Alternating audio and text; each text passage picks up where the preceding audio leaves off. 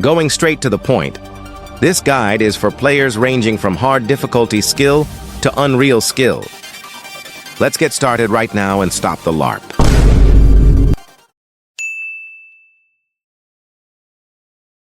Tower of Heck in Ring 1 is by far the best option for your first hard tower.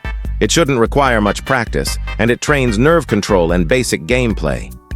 After that, you can either do Tower of Killjoys or move on to the next chapter.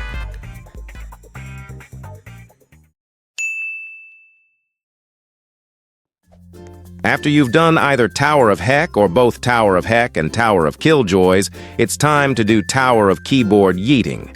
This tower starts to add some client objects to its gameplay, and it's also good early practice for thin studs. If you spend enough time and effort and you manage to beat this, I'd suggest doing Tower of Stress, which is also in Ring 1.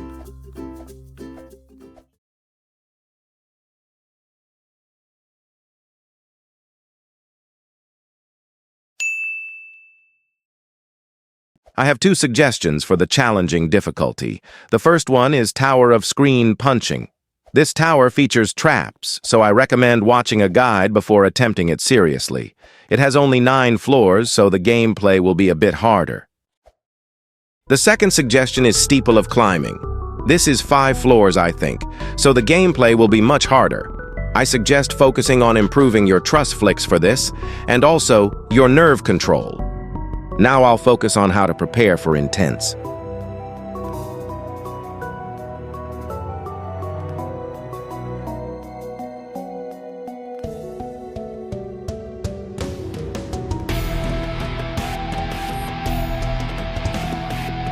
To prepare for Intense, you should learn how to perform 10 stud wraparounds. This is very important because they will appear very frequently from now on. Also, learn how to do 12 stud jumps and head hitters that stick out by 1 stud at least, like this one. Another important thing to keep in mind is the FPS you use. The higher, the more frames you have to perform a jump, but the worse truss physics will get. A tower you can also do to get ready is Tower of Falling and Failing. This tower is infamous for its punishment, so it will prepare you for specifically towers of that type.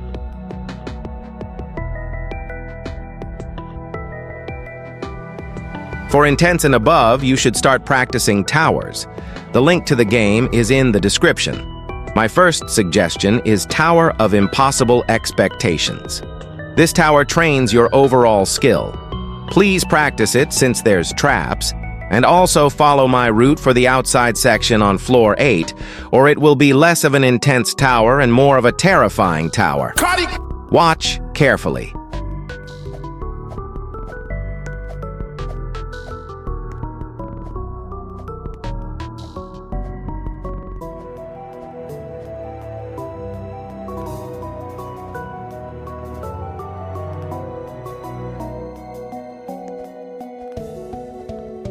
My second suggestion is Tower of Holy Flip. This tower also features traps, heavy kill brick usage, and an X-pusher momentum jump on floor 5, so please practice it. This tower will prepare you best for the Remorseless difficulty.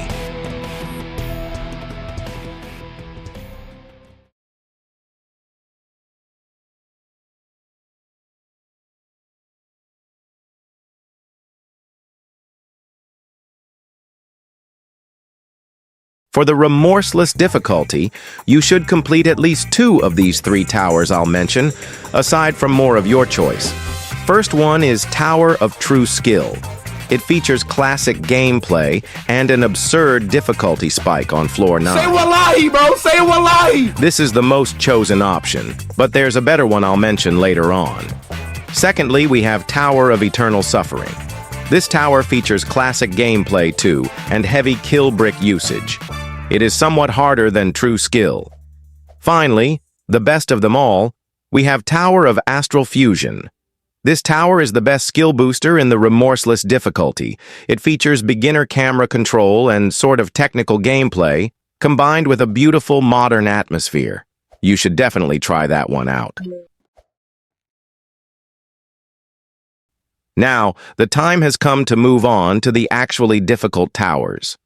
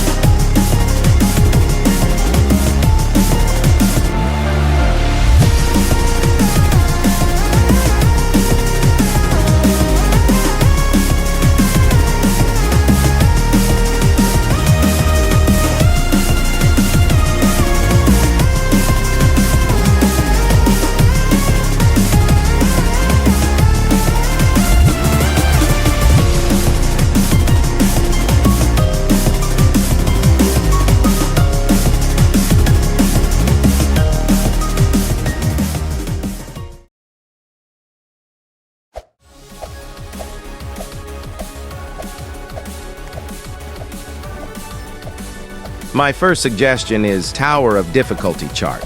It isn't a massive skill booster, but its combination of classic gameplay and client objects makes it stand out as a great first SC. I suggest practicing from floor 8 to the win pad and trying to do a run from the start of that segment to the end of the tower to ensure consistency. Although EToH is a great first SC, I honestly would suggest Tower of Double Trouble as the main alternative. It is a great consistency test, and it focuses on purist gameplay. I would focus on practicing from floor 3 to floor 10A, then all jumping side B, and doing a run of the entire C side. After that, you can already go to extreme difficulty, or you can do other insane such as Tower of Curved Ascent and Tower of Bent Trauma.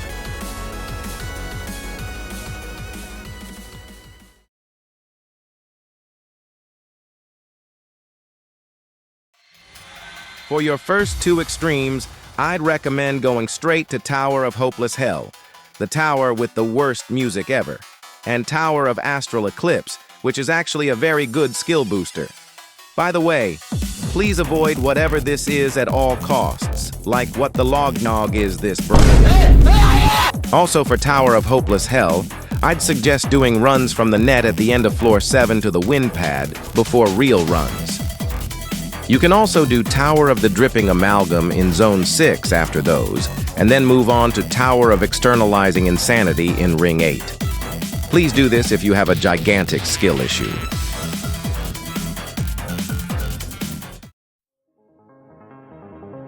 For the terrifying difficulty, you should do Steeple of Polynomial C, located in the Eternal Abyss. The difficulty starts spiking at floor 4, but if you did the towers I mentioned, I'm sure it will be pretty easy. After that, you should do Tower of Alien Radiance, which is a tower that will prepare you for technical gameplay, which will be extremely useful later on. When you did that, you can either have a decent time on Tower of Uncanny Agony, or just be dumb enough to grind Tower of Inception for 50 hours. Please don't do that if you have 6 or 7 brain cells. By the way, now this video is going to go in a different way since we're approaching the harder SC difficulties. I'll show some ways to progress to Unreal and stuff you should avoid. Let's get started.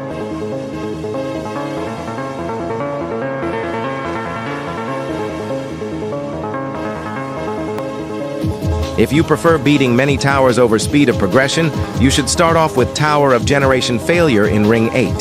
Then do either Tower of Augmented Misery or Tower of Cataclysmic Layers. After that, do Tower of Descent into Exile and Tower of Empty Meaningless Patterns. Then move on to Tower of Champion's Road, and then do Tower of Cruel Punishment. After that, you have two options.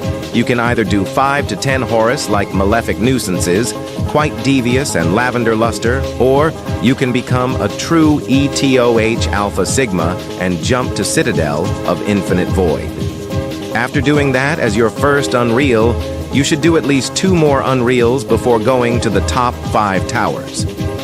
One example of this is doing Tower of Blind Fate and Tower of My Inner Hatred, or Citadel of the Eternal Calamity and Tower of Spiraling Fates, and then going to Tower of Impending Doom.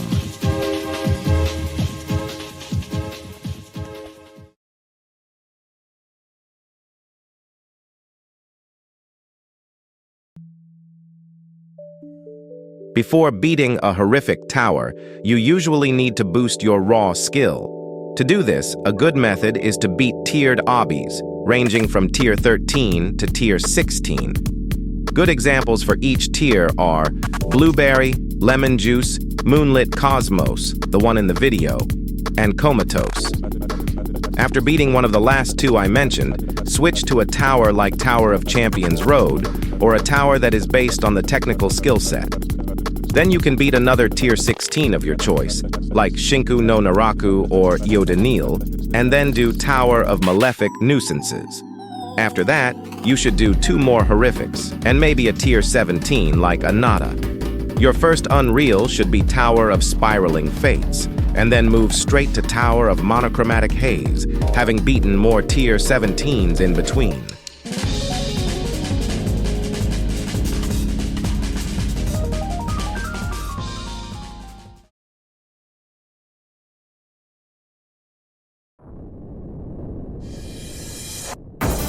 A decent progression method is also only focusing on camera control, which is indirectly related to all other skill sets.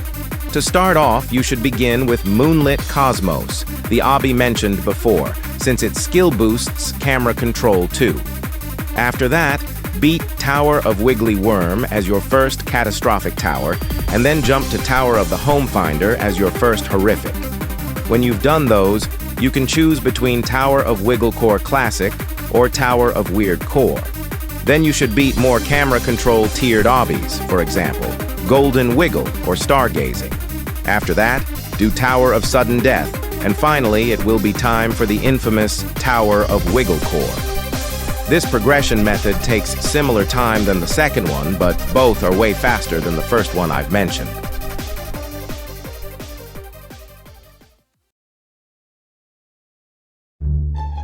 And this is the end of the video. I hope this can help you in any way, and let me know in the comments if I missed anything. Chill out. Y'all be patient, and you shall be rewarded.